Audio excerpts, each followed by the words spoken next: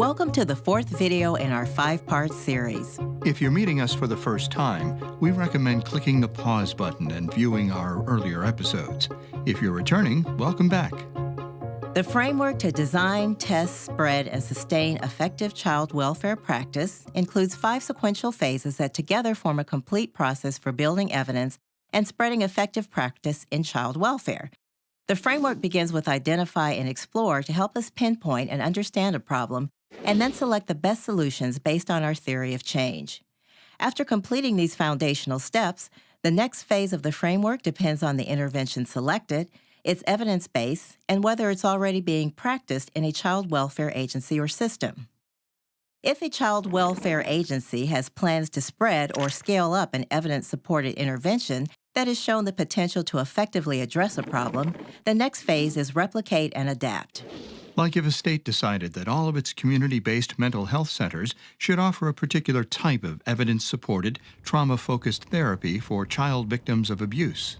That's right. It's important to remember that jumping ahead to this phase before an intervention has been rigorously evaluated and demonstrated to work during compare and learn increases the chance that the untested program or policy might not improve our intended outcomes.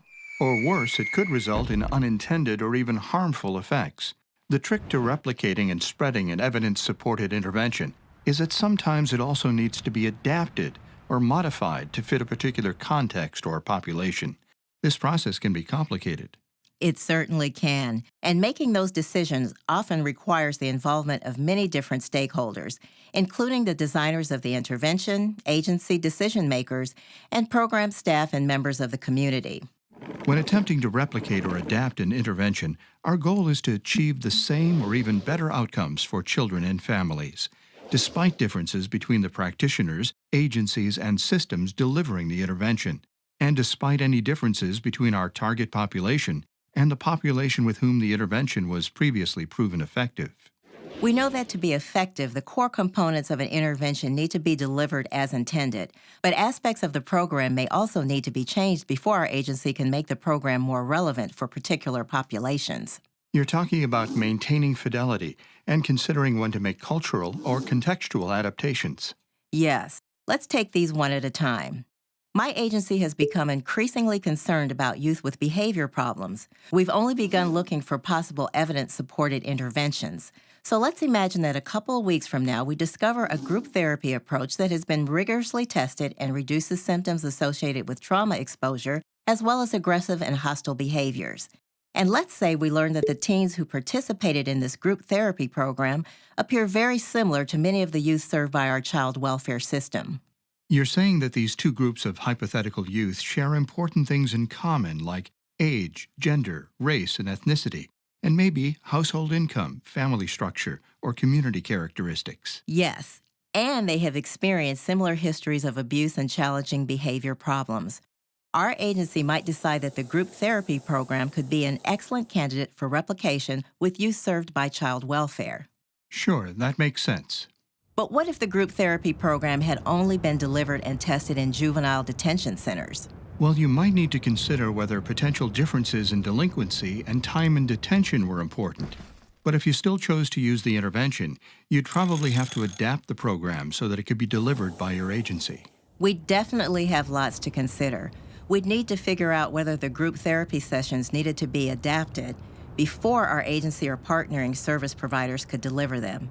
And if so, how would it work if we move the model out of a tightly controlled setting where youth live together to a setting where youth are dispersed in different homes? Where would the group therapy sessions take place, and who would lead the sessions? Would the sessions be structured the same way, occur with the same frequency, and be the same length of time? How would any program content need to change that might have been specific to activities and goal setting while in juvenile detention? And how might improved behavior in detention translate to improved behavior at home or at school? We would definitely need to collaborate with program experts to preserve core components while making necessary adaptations and carefully consider how these changes might affect outcomes. It sounds like some of these possible changes would also take into account differences between the target populations. That makes me think of how interventions often need to be adapted for different cultural groups. Absolutely. I'm familiar with some work that has been done recently to adapt evidence-supported prevention programs and mental health treatments for American Indian and Alaska Native communities. One program in particular required adaptation of a proven curriculum that prevents and treats behavioral and emotional problems for young children. For it to be effective for American Indian children and their caregivers, the program's content needed to acknowledge the history and experiences of Native families and to reflect American Indian traditions, beliefs, and values. Without changing how some of the parenting practices were taught and understood, some of the methods would not have been culturally acceptable or effective. Integrating modern psychotherapy and traditional Indian culture to adapt an intervention that would improve outcomes for Native children and families was a challenging process. I can imagine that would be a difficult balance to strike. Despite these challenges, the core components of the intervention were preserved, and further rigorous testing confirmed that the adapted program was effective for the new community. We need to mention just how important it is to capture information about fidelity to core components. Without data about fidelity, it's hard to say with any confidence that we've replicated or adapted what has been proven to work. Fidelity data can also help us to determine which strategies and factors, like practitioner training and coaching and aspects of organizational capacity, support successful implementation. We want effective interventions to be spread with the greatest possible impact. And as an evidence-supported intervention is received by an increasing number of children and families, fidelity data allows us to better understand differences in effects for certain groups too. We can examine whether differences in the effectiveness are due to how well the intervention was delivered, or whether differences matter between groups who received it. Information about these differences can help our practitioners become even more skilled when delivering the core components of interventions. After all, the purpose of Replicate and Adapt is to integrate evidence-supported interventions with practitioner expertise while taking into consideration client and community characteristics, culture, and preferences. You're reminding me of something we covered in the first video. I remember you saying that the goal of the overall framework is to promote evidence-based practice. You're exactly right. Evidence-based practice is at the heart of the framework, and the Replicate and Adapt phase is all about putting evidence-supported interventions into practice in the real world. Once an evidence-supported intervention has been fully implemented by an agency and has become part of routine practice, it's time to move on to apply and improve. Hey, there's our friend Shar again. Hi, Shar. I heard that you could use a little help. We asked Shar to join us for discussion of the final phase in the framework, Apply and Improve, because she is a director whose agency is doing exciting work in this area. Before Shar tells us about the work her agency has done, let me explain a bit about this phase. During Apply and Improve, the agency hopes to enhance its decision-making and performance.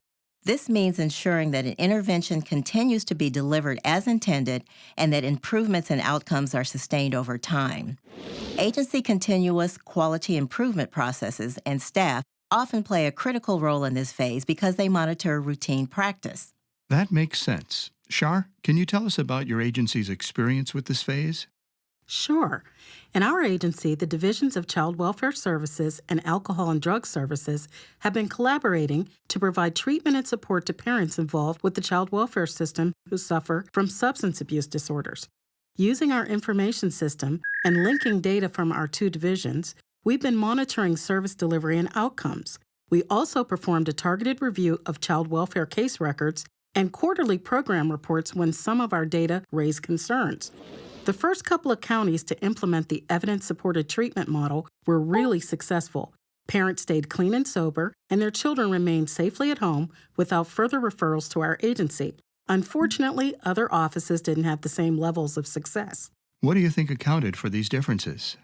Well, thankfully, we required that each program site record data about staff training and attendance in its program reports. After conducting additional telephone interviews with local directors and staff, we learned that training in the lower-performing counties was not offered or completed as frequently as it had been in the first locations.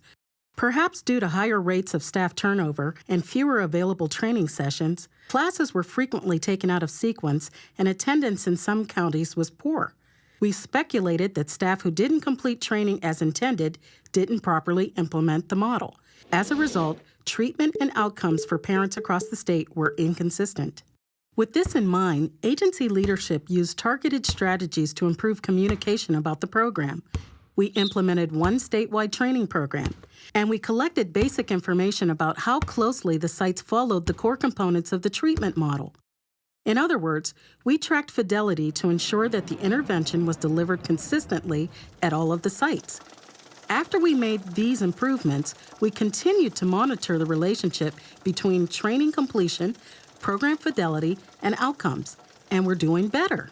That's a really good example because it illustrates how this phase focuses on continuous improvement agency-wide. You examine how the intervention, as well as its related policies and practices, were implemented across the organization by comparing data between counties. This included training practices, fidelity assessment, and outcome monitoring. You also took action to promote widespread understanding and consistent communication about the intervention as a path toward improved outcomes. And you're following up to see whether they've worked. Shar, what would have happened if your agency hadn't found differences in training and implementation between the counties?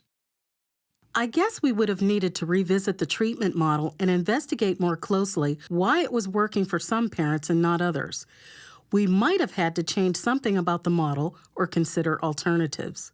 That's exactly right, and may have led you to another phase in the framework.